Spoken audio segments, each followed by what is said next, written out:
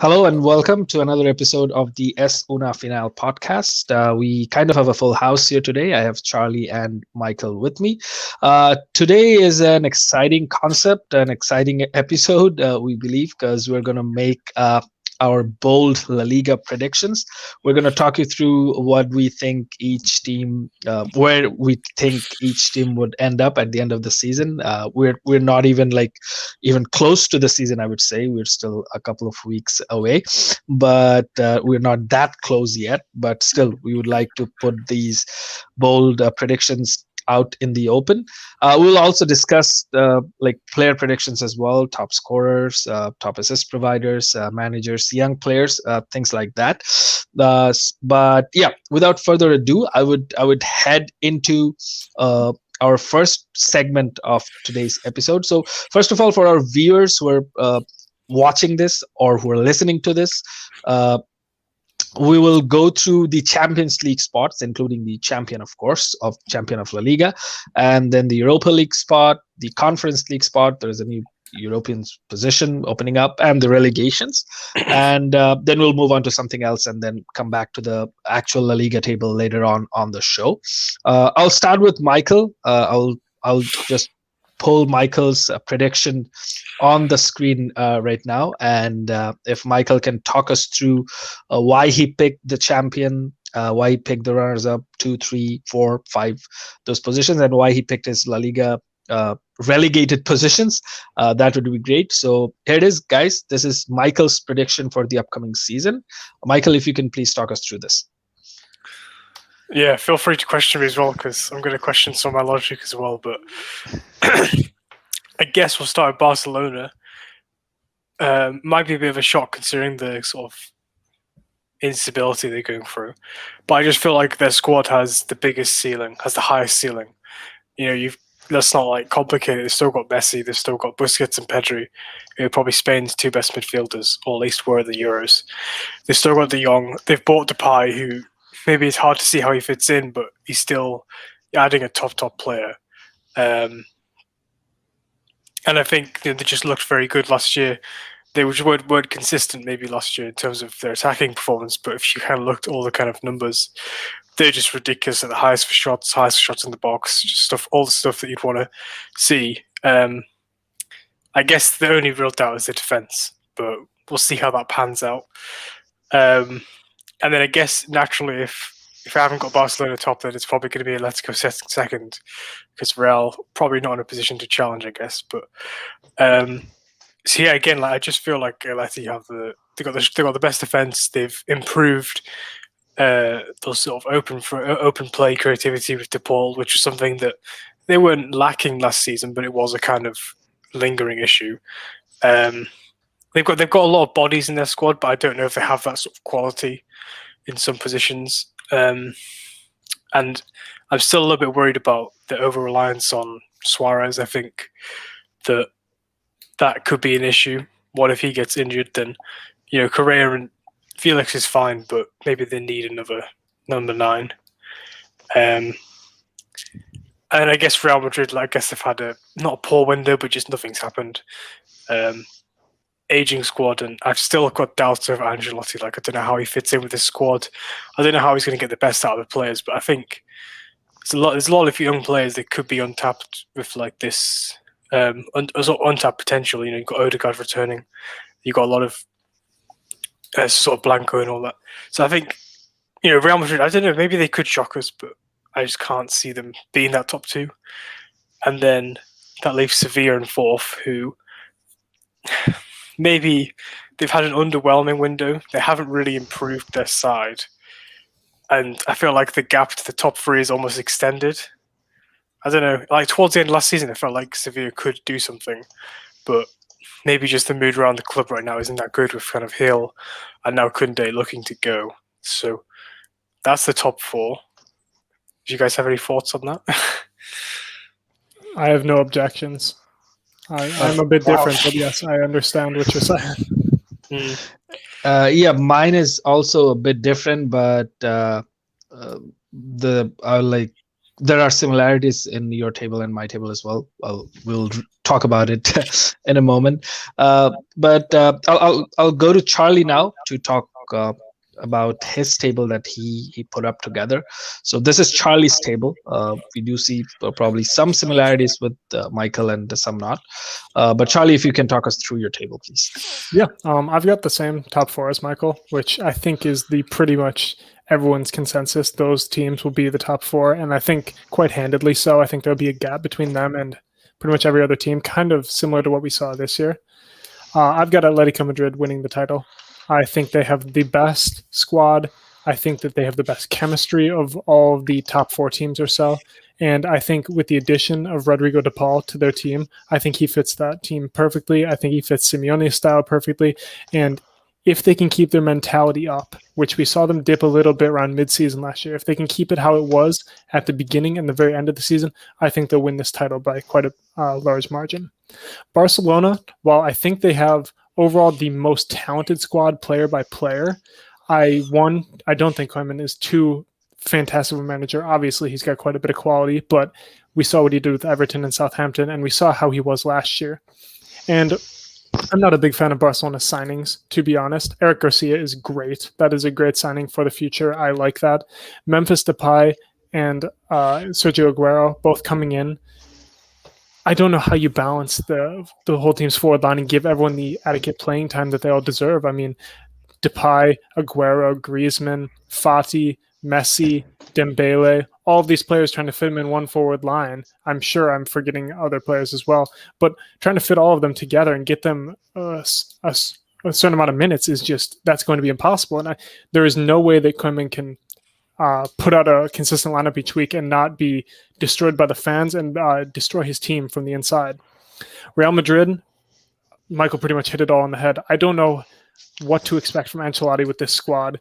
I don't know what to expect from this squad, losing both of the team's starting center backs that have been a pairing for the last 7 or so years, or before Pepe, like last 5 or so years, which that's just atrocious from the board and the club to not try and find a suitable replacement. Obviously, you're bringing David Alba, but I mean, he's not a typical center back.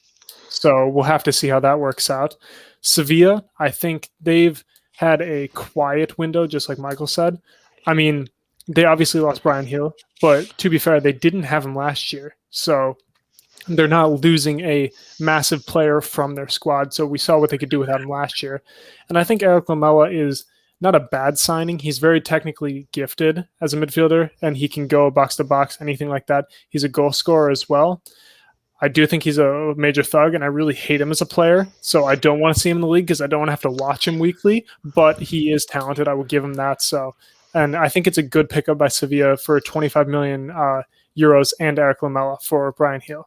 So those are my picks. I can't wait to see how it turns out. I mean, it's not too bold or anything. I feel like that's the go-to for the top four. So we'll see how it works out for me. Yep. Thanks. Michael, you want to add anything seeing Charlie's table? No, I think the only difference really between the two of us was Atletico and Barcelona, but I think Charlie's logic to pick Atletico ahead is pretty sound. Like, that's kind of the kind of consensus that Atletico are probably going to win the title because they are probably the best team. I just don't want to bet against Messi. And I just feel like even with Pedri's 800 games that he played last season, he's still going to be one of the best midfielders, and you've still got Busquets. And also, I think the doubts about their forward line legitimate. Notice how I didn't mention the signing of Aguero when I said that they made good signings. I don't think that's a particularly good one. Mm-hmm. But I think maybe if they shifted Griezmann, it might be a bit more kind of optimism because that's one less body and they can kind of reinvest and kind of rebalance their squad. But yeah, I think also it's pretty sound that kind of this is a kind of pretty fixed top four. Like, it doesn't really feel like anyone is going to drop out. Like, maybe the only change I could see is maybe Villarreal somehow sneaking in there, but even then, it's a push. All right. Speaking of that, Villarreal pushing it into the top four. That's what I actually have. I also completely agree with Charlie and Michael about Real Madrid that this is they just have an inferior squad to Barcelona and Atletico, inferior in terms of defense, inferior in terms of overall fitness.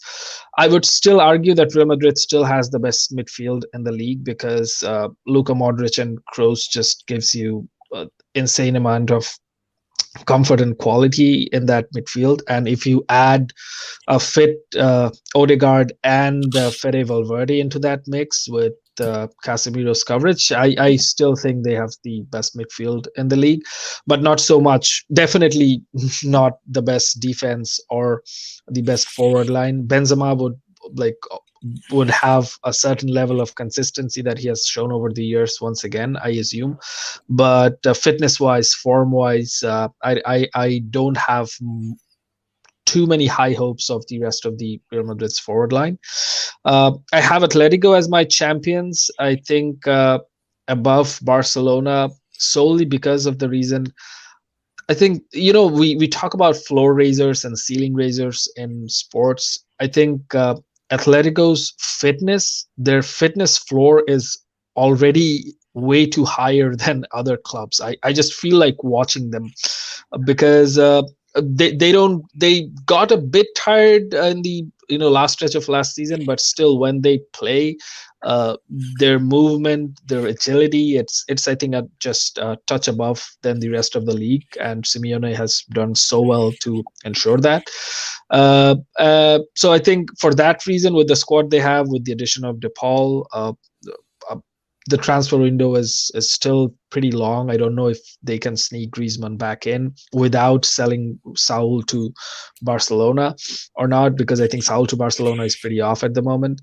So yeah, there goes my top four, with Barcelona on second spot, and I have Villarreal in fourth because I just think that Sevilla as a club, I'm not sure if they're moving in the right direction. In some sense, their hands are tied when offers like the offers that came for Bryan Hill and Jules Koundé, they don't really have many things to do in this regard. But I still think that in Koundé, they're definitely missing one of their best players, and also they could have done so much damage with Bryan Hill that I'm just not sure would be replicated by Eric Lamela. So yeah, I have that's why I have Sevilla falling off out of the top four, and I have Sociedad in another Europa League position, and Athletic Club as a Conference League team. So what do you guys think of it? Sorry, Joe, I'll let you go. Oh, no, Charlie, you go.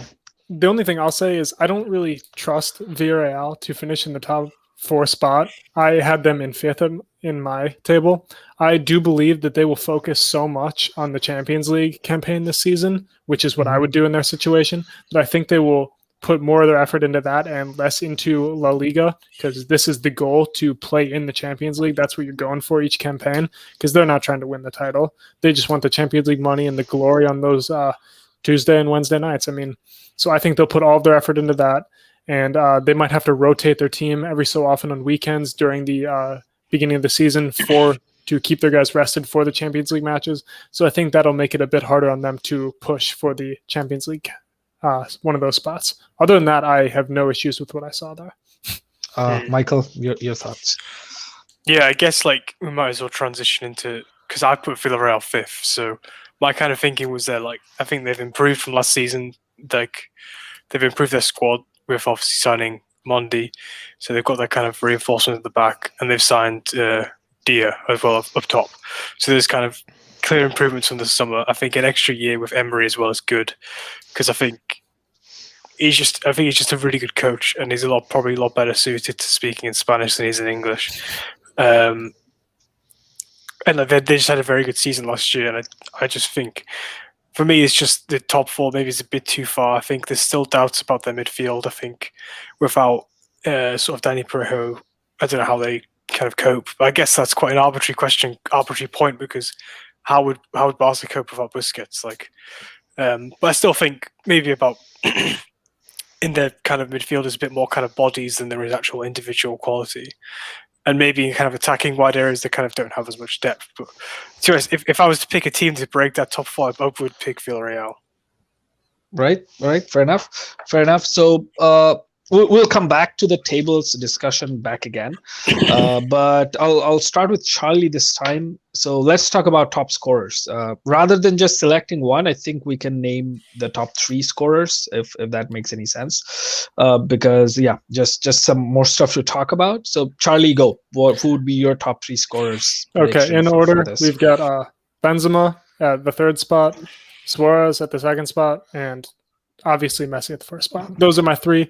I am anxious to see what you guys say. I don't feel like that is very. I feel like that's pretty much the go-to claim there. I don't think that that's very bold.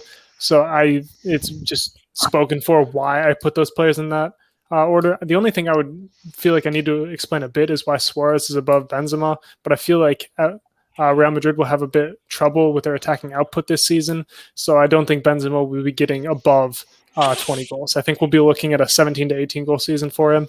And I think Suarez will hit somewhere just above 20. And Messi will probably hit 25, 26, 30 in that range because he's a god and probably the best player of all time. He'll put up some unreal numbers just like he always does. And if Barcelona do end up winning the title, it will be because of his godliness. Yeah, absolutely. Michael, who are your top 3 picks for the top scorer?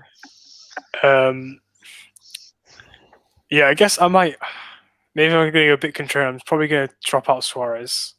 I don't know. Just like maybe he won't play all the time for Atleti. Maybe he plays as a kind of.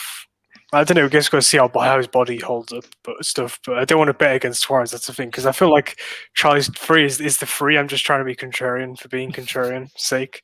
But if I had to pick a player to come into that top 3, I guess you're looking at Moreno, Isaac, Enesiri, people like that. Kind of usual suspects from last season. And I mean, I feel like you have your 3 best strikers there. I can't see anyone really breaking that. Maybe I was going to say Joao Felix, but even though he's not really a goal scorer, is he? And maybe he doesn't play enough to get that. But I think that's your 3. Yep. I have Messi, Benzema, and Suarez in that order. I have Benzema above Suarez because this season he will take the penalties if Real Madrid get any penalties. Michael, as you might know, Real Madrid don't get penalties. That's rule number 1 in football.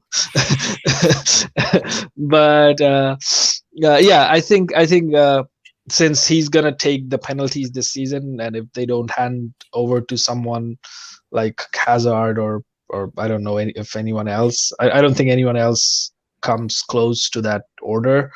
But if Benzema takes penalties, I think he will be the 2nd top scorer. And it doesn't matter if Barcelona win the league or not. I don't think there is a better scorer in this league than Lionel Messi.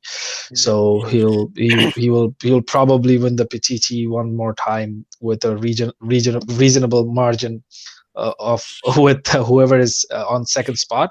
And 3rd, I think Moreno can be in with a shout to be 3rd this season if Suarez is not that healthy. And the thing with Barcelona and Atletico is I think they kind of disperse their goals among players. I'm pretty sure Depay would score a lot of goals. Griezmann would score a lot of goals, but then again, those goals is going to get divided among them. Neither of them would probably not have a 20-goal season. But if you're talking about 20-goal seasons, I think these 3 players are going to be the top 3. All right, I think so. Let's talk about the relegation teams in short, and then we'll kind of sort of talk about the middle of the league one more time when we come back from another category. So I'll go to Michael first. I'll just show everyone Michael's relegation picks. It's Getafe, Elche, and Rayo. So Michael, if you can just talk us through about why you picked Getafe, Elche, and Rayo. Yeah, I feel like I put my neck on the line with Getafe, but I feel like my logic is pretty sound. I don't know. For me, it's just kind of not losing borderless, but I think they've lost a manager who's shown that he could get the best out of players.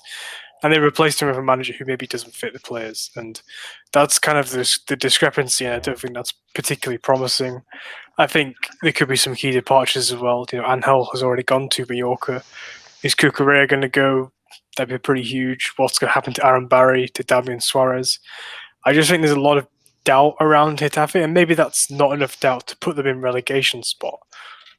But I'm not convinced by their managerial choice, and I'm not convinced that having a summer that benefits them, really. And I just think there's a bit of a discrepancy there, and they're probably going to miss Borderlands, but maybe that isn't enough to put them in 18th, but we'll see. And then with Elche, I feel kind of bad because they just had such a rough time last season with all the circumstances about them coming up and the kind of financial state of the club. But if someone said to me that they were the worst team in La Liga last season, I wouldn't disagree with them. At least I wouldn't actively. In terms of like underlying numbers, they just don't really create enough, and they just concede so many shots and so many shots at the box and opposition touches. And there's still doubts around the kind of quality of the squad, and I think with teams like Mallorca and Espanyol coming up, they can't really rely on the teams coming up being worse than them, because I think Espanyol and Mallorca are better than them. So maybe them being relegated is not a disaster, because it's kind of like just natural for me anyway. Because it's like the state of the club, the quality of the players is kind of overachieving anyway to be in that position. So I don't think it's a disaster if they go down, but yeah. And then with Rayo, I think it's kind of the same.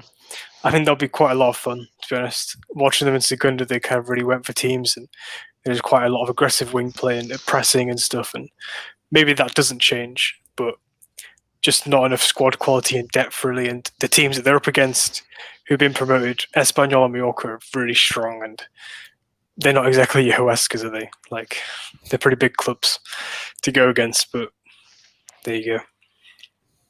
All right. Yep. Interesting picks.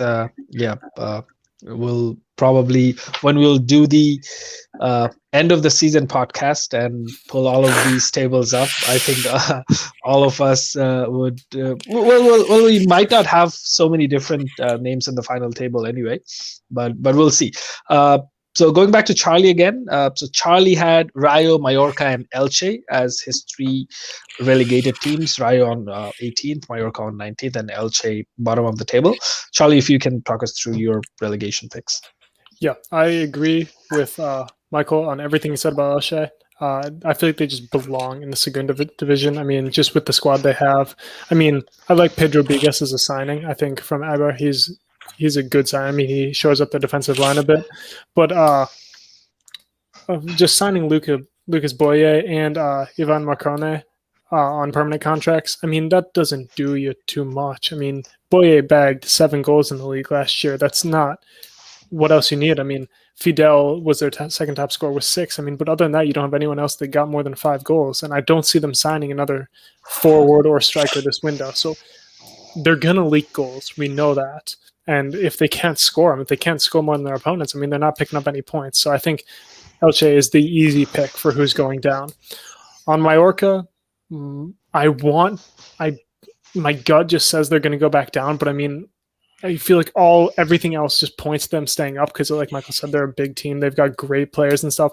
But same with Elche. I mean, I think if they would have kept Budimir, and obviously they loaned him out last season, but I think if they kept a striker who'd done well in the league before, had a plus 10 goal season in the league prior to this, I think they would have stayed up, but I just don't see them staying up. I mean, Amath is a great signing. I mean, he was fantastic a couple of years ago, but I just don't think they're going to stay up. I mean, I hope they surprise me. I really hope they do, but I don't see it happening. And Rayo, like Michael said, they're a very aggressive side. They're fun to watch. They're so fun to watch. I feel like they're going to be the team like the Huesca of this year. Like, we're going to be rooting for them to kind of, like, stay up at the very end. It's going to pull close between them and Cadiz in 18th and 17th respectively. So I feel like it's going to be a battle between those two for who gets out. And sadly, I do think it'll be Rayo that falls. I mean, I could also see them finishing last by quite a ways, but These are just predictions. That's what my gut tells me. Have to wait and see on that one. I am not confident on any of those picks aside from Elche.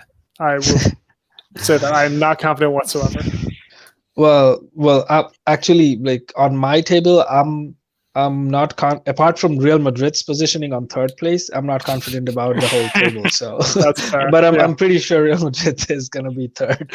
Okay, so I had Mallorca, Cadiz, and Rayo going down. I think, and I had Elche just evading. Probably, it's a bold predictions episode. Probably on the basis of head-to-head with Mallorca or something like that, they'll probably just evade it.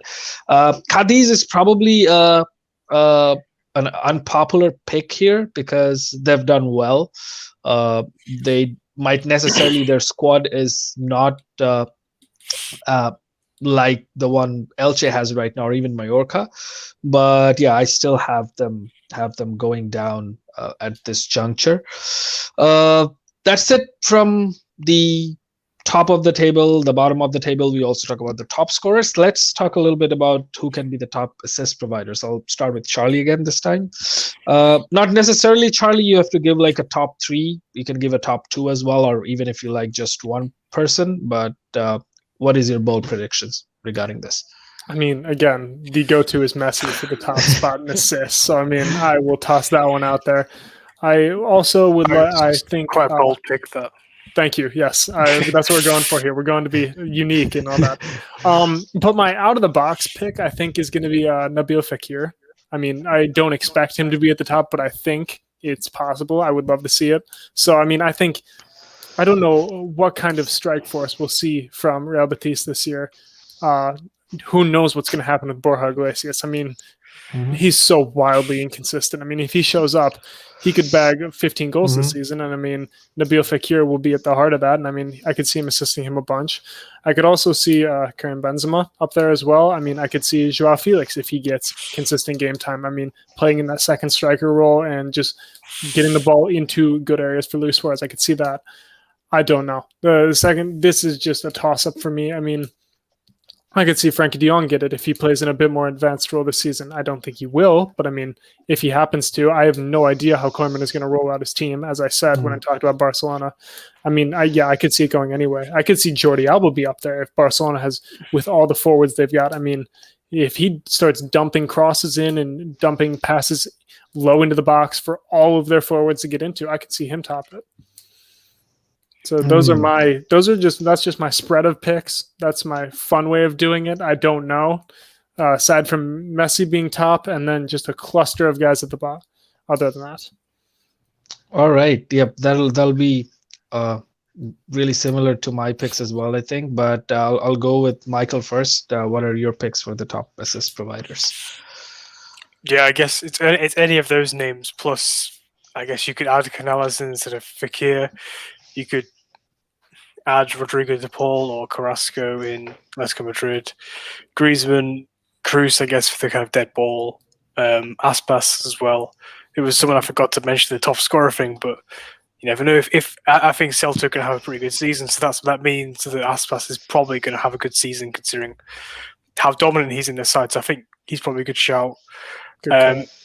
Even Llorente as well, like maybe he continues his massive overperformance and just breaks XG, and we'll just sit here in awe.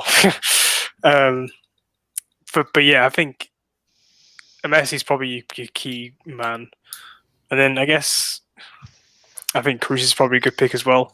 If Real Madrid aren't going to score a lot, they're probably going to score a lot from set pieces, and who's taking most of them. Yep. So, all right. Again, like I think Messi is the obvious pick as the number one, but then I do have Aspas as one of my picks. I think he was pretty high last year as well on assists, I believe. And then interestingly, I think picking Cruz can be easy, thinking that he takes set pieces for Real Madrid, but also at the same time we have to remember we don't have Ramos and Varane this time around. We still do have Benzema and Casemiro. Casemiro scored a lot of goals from those Cruz set pieces last season, but I think because of losing two gigantic presences from the box in the name of Ramos and Varane, I think Cruz's numbers would go down a little bit. I don't think I don't have anyone else from Real Madrid, and I was kind of leaning towards Memphis Depay for some time, but then I think he's more of a guy who would take his chances in certain moments rather than passing it because of his just the kind of sheer confident guy that he is. He's probably not going to be as unselfish as a Luis Suarez or a Karim Benzema to say. So I think that's why I didn't have Memphis, but I thought about having him on there. Another thing that we can discuss is I think the manager of the year. We'll finish the show with young player of the year, I think, because that's gonna streamline into a very interesting discussion. But before that, Michael, who would be your manager of the year pick? Just one name, if you have to say. One name. I mean, if I'm going with Barca to win the title, it's got to be Koeman, surely, or maybe Emery if he gets 4th place. There's two names. Okay, sure. Charlie? My gut says Diego Simeone, but my fun pick is Eduardo Coudet. I think if Celta have a good year, I love their play style, I love their verticality. I love his 4-4-2 wide diamond that he plays. If Celta manage to finish in the Conference League spot or even in a Europa League spot, he's my pick for manager of the year. And I would love to see that. That'd be a ton of fun. Yep. I will just have one name, and it's Cholo Simeone. I think, and because I have Atletico as my champion, that's why. If I didn't have Atletico as champion, I would probably have a different name. But I think Simeone is my pick basically. Before going further into the table of that we put together, let's also discuss goalkeeper of the year. Again, I'll take one name for each team, like for not each team, for the league. Charlie, who would be your goalkeeper with the most clean sheets? Oblak. Okay. Michael? Yeah, it's just Jan Oblak, isn't it? Let's be honest. Yeah, same here. I don't even have any other names for this. I don't think Courtois would have nearly as many clean sheets this season that he had in the last couple of seasons. It's like Real Madrid's defense is already all over the place, so I don't think he's gonna have a shot. Oblak is Oblak. The defense he has in front of him, and also the quality he has as a goalkeeper, and how Atletico Madrid play, I think they're going to be the team with least goals conceded and also the most clean sheets. All right, we will have a final topic as the young player of the year and the last segment of the show, but we'll just actually quickly go through all of our rest of the teams. I'll start with Charlie on this one again. Charlie, even if if you don't want to go through each team, if there is one interesting pick at any particular position that you want to mention, we would love to hear that. Okay, I'm going to kind of formulate that question a different way. My pick is going to go between 6th position and 9th position. I think I have Real Sociedad, Real Betis, Celta Vigo, and Osasuna in that order from 6th to 9th. I think those positions will be within 2 or 3 points of each other. That is the thing I want to talk about. I think that will be incredibly, incredibly tight for that final Europa League spot, for the Conference League spot. I think those 4 teams will really duke it out. And I'd love to see Celta Vigo and Osasuna make it just for some variety, because I think both of them have very good squads, and especially Celta Vigo have a great manager and a great style that they're playing. So I think that those picks, that's my real focus area for this season. Because I feel like the title race is going to be, it won't be too close. I feel like that's going to be the part of the table that we're all going to be focused on, and it's going to be a very tight race there. So that's my pick. All right. Interesting point that you brought up. The title race not being too close. I agree with it. I think if Barcelona are champions, it's not going to be close. Like if they're champions, they're going to be probably champions by 15, 16 points. If Atletico are champions, it could be tied between Barcelona and Atletico. But yeah, we'll see. Michael, I'll pull up your table once again. Any specific picks or hipster choice picks that you would like to talk about? I feel like I should justify having Valencia and Athletic 7th and 8th. Okay. Because and then having Betis down in 11th. So for the feeling with Betis is just the kind of Europa League toll, I guess. And I just feel like last season, it's not as if they were underwhelming, but they didn't. Like they did well to finish 6th, but maybe it wasn't a fair reflection of kind of the actual performances. And loss of Bandy, Emerson, and just feel like there's still doubts about their kind of forward line. Of course, Charlie just mentioned Borja Iglesias is so inconsistent. Who's going to give them the goals if Fekir is off firing or if Canales is injured again? So I just think there's enough doubts for me to say that potentially other teams could finish ahead of them. And then with Athletic and Valencia, I just feel like with Athletic, it's kind of clear signs of improvement since when Marcelino took over. I think he's had a whole summer with them, which I think is good when you've got someone like Marcelino, who's quite an intense coach. He asks a lot of his players, a lot of concentration. He'll definitely have them working. And I just feel like the Athletic squad does have some quality that should kind of be unearthed. They've still got Williams, Berenguer, Venecedor, Sanchez. Inigo. They've got 3 really good centre backs in Inigo Martinez, Uri, Nunez. They're a good team, and I feel like they definitely could push for 7th. I think we'll just see how it goes, I guess. And then with Valencia, maybe I'm just going mental, but I just feel like Bordalas has shown us he can take players beyond their limits, and I don't see why he can't do that at Valencia. And I know the circumstances aren't great, but this is a guy who took Getafe from the 2nd division when they were in a crisis up to the Europa League, so gotta have faith in him, I guess. All right.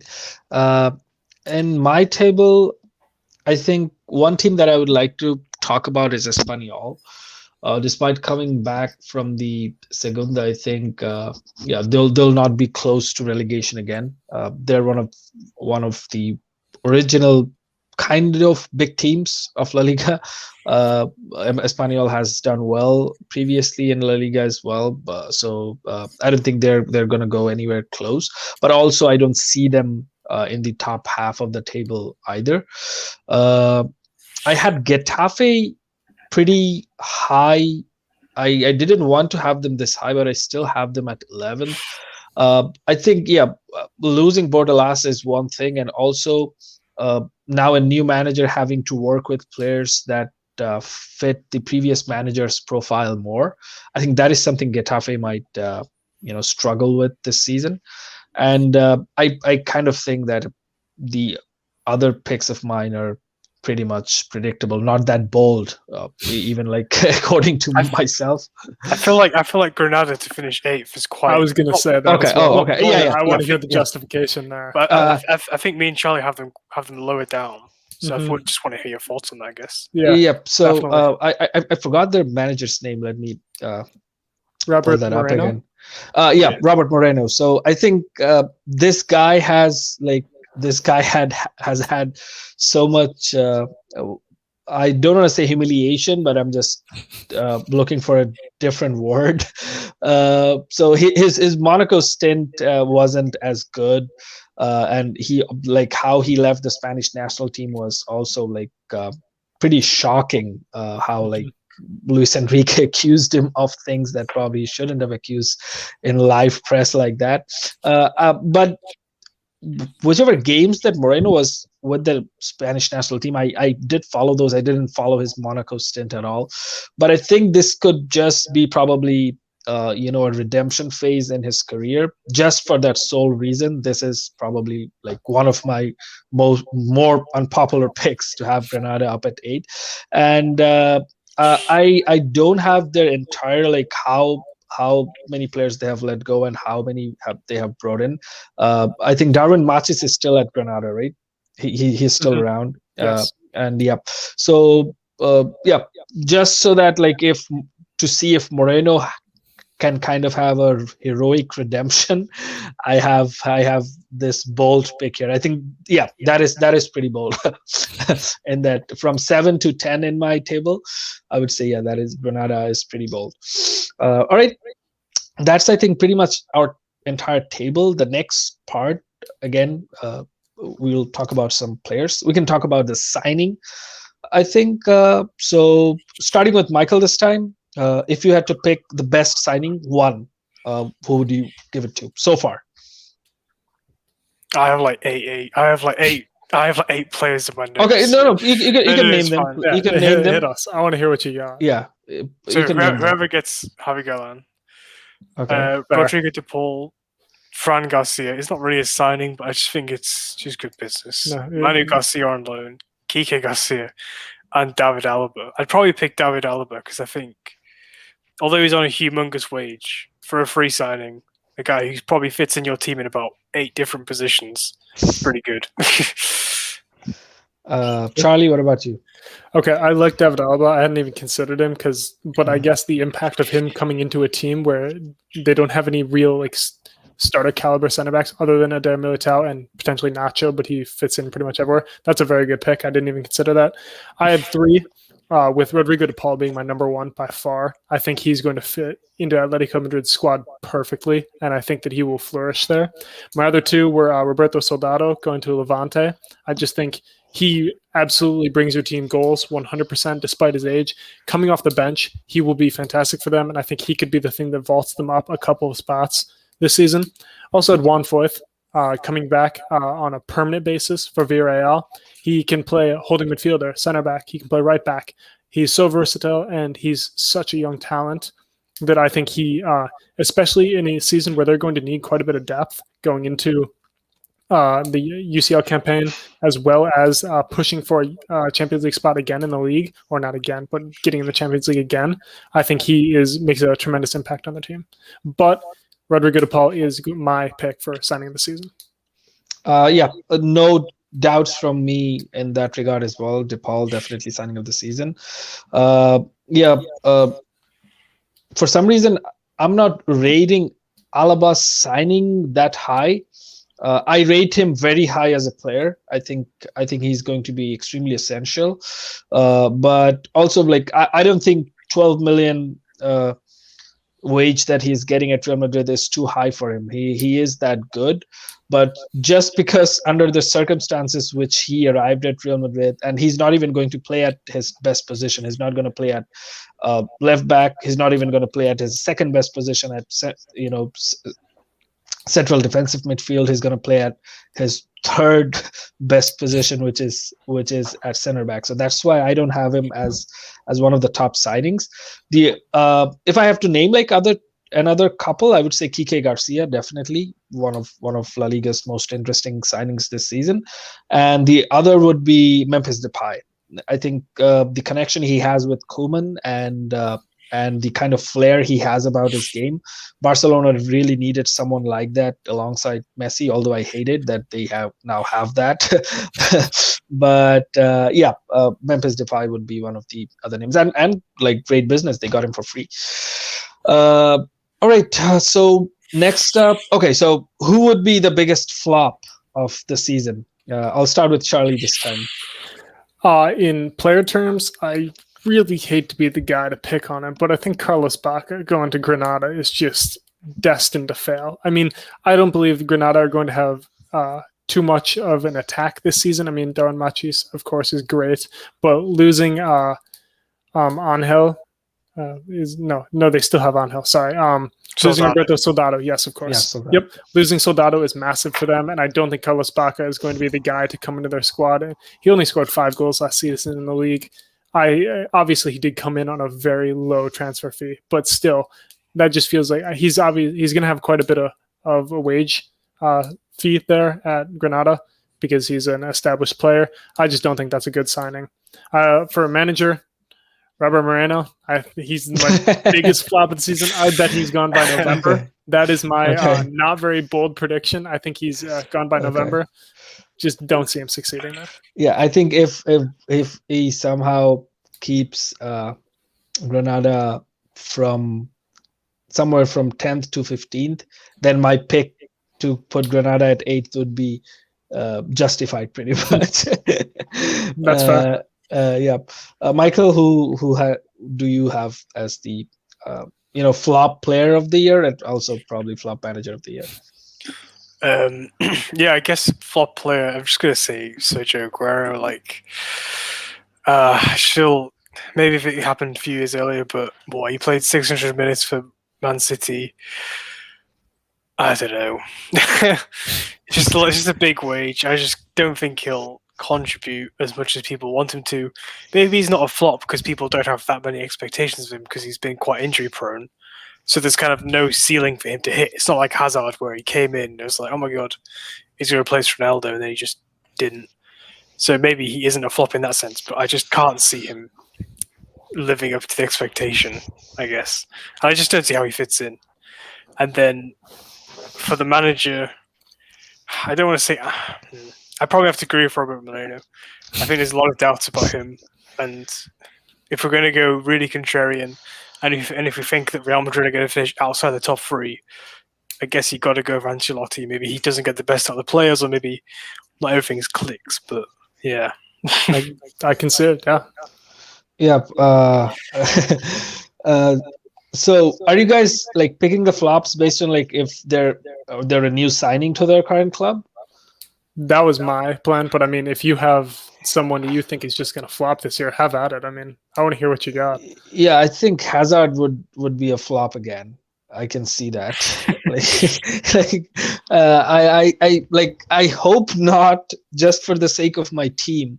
But the thing is, if Hazard is a flop once again for the third season, I wouldn't be surprised. So he, again, not so bold, I think, to pick Hazard as the flop player of the season.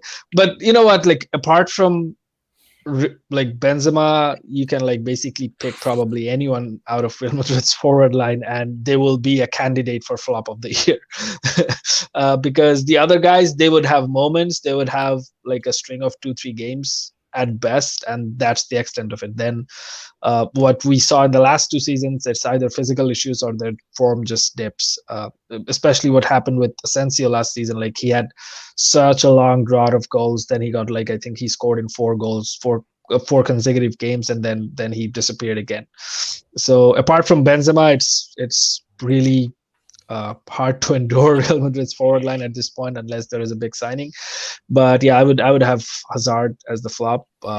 Once again, it's my team. I hope not, but yeah, bold or unbold, I think that is my biggest flop among managers. So this is not based off like where their team would finish, but since I have Sevilla at 6, especially for that reason, I would have Lopetegui as the flop manager, because Sevilla have been on an upward curve over the last 2 years. So since I've predicted that they'll have a dip in that regard, I would sense that Lopetegui would fail at some point and add to that dip. So this is not like his team would do drastically bad and like be 15th in the league, and that's why he would be the flop. But I think he has done good work with Sevilla over the last 2 years, and he has like set a standard for himself and also for his team. Especially like he has really done a great turnaround in his career after the entire Real Madrid debacle and the Spanish national team debacle. So from there to go to 6th again, just as I showed in my graphic, I would say Lopetegui would be that pick for me. All right. So the next category is breakout player. So I guess, this makes more sense for breakout player rather than doing young player, because I think all 3 of us would pick Pedri if it's the young player. Like, I would pick Pedri. Would you guys too? Yeah. I mean, I would say his breakout season was last year. Last season, yeah. But I think from his age group, he would still be the best player next season. Absolutely. Yeah. Yep. Yeah. So no arguments there. So breakout player would be someone like who's, again, Charlie, new to the league, and they just got out of their ceiling and just flourished. Someone like that. Yep. All right. This one I would start with Michael. Michael, who is your breakout player of the year? Or season? I have a few picks, some of them just from Segunda. So I think you're kind of looking at Fran Garcia from Rayo, Javi Puedo from Espanyol.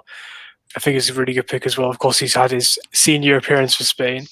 I think also Monchu signing for Granada permanently. You know, if he gets a good run of games, he could be quite key to them if they stay up. Also, I think you're kind of looking at Manu Garcia is a young midfielder who's just signed for Alaves from Sporting Gijón.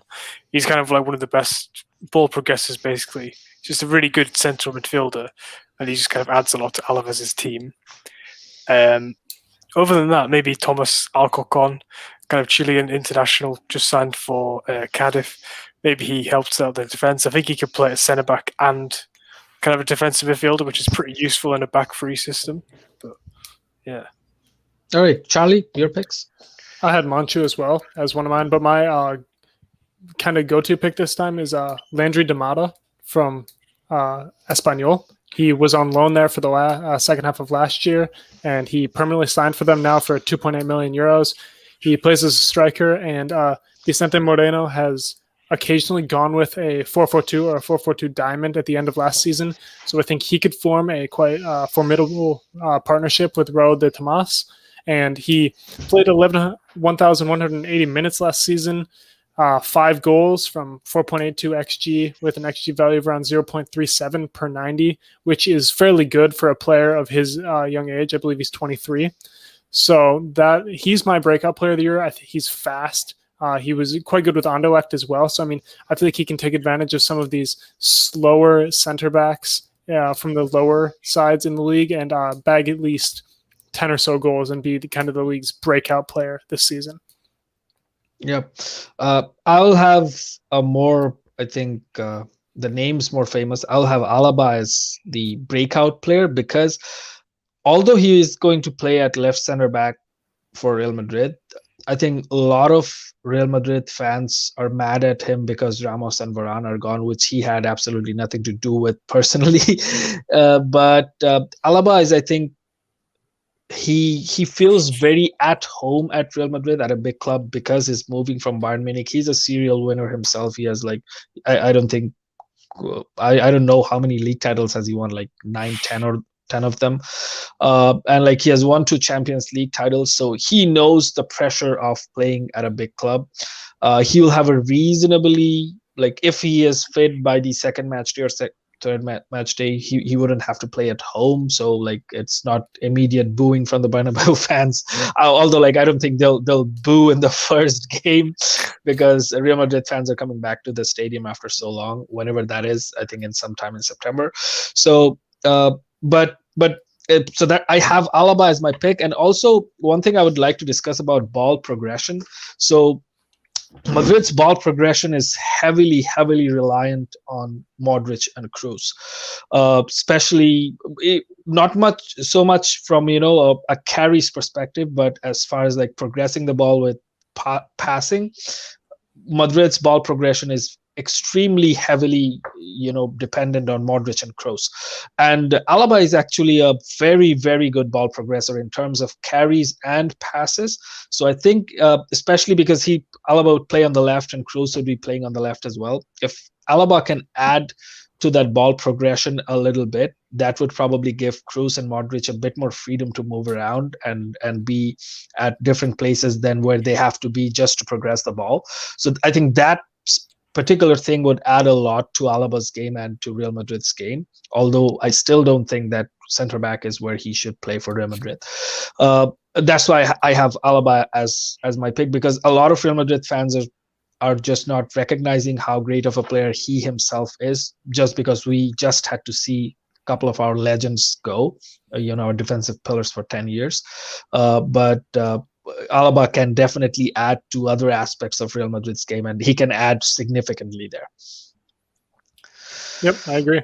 He was by far the best center back this season in terms of ball progression. Mm-hmm. So, I mean, he can help, especially if Odegaard starts. And, I mean, receiving him between the lines, he can target him from behind midfield, which would be very helpful in terms of catching the opposition out quickly. So, yes, if Real Madrid plays a style where he can get on the ball and doesn't have Kroos trying to drop deep and receive off of him to move the ball forward, that could be very beneficial to the team. Yeah. Yep, absolutely. All right, guys. I had so much fun today discussing the whole table. Usually, I'm very superstitious about something. I never predict a Real Madrid game. I think the last time I predicted a Real Madrid game was probably 6-7 years ago, and they lost like 3-0 or something. So, so after that, I have given up predicting Real Madrid games on social media or anywhere, in podcasts or wherever I'm asked this. But since this was not the game itself, like not a game's results, I had a lot of fun making some reasonable, some unreasonable, some bold, some unbold predictions. And I also had so much fun seeing your picks and your stories behind them as well. So thank you guys for doing this. Listeners who enjoyed this episode, do follow us on Twitter at @SUnaFinal Podcast. Do follow each of us on social media platforms as well. Our social media handles would be mentioned in the tweet that where you will find this podcast. Until the next time, when we come back to you with another exciting episode at the Una Final podcast, this is Mehdi, Charlie, and Michael saying goodbye. Take care, everyone. Thank you.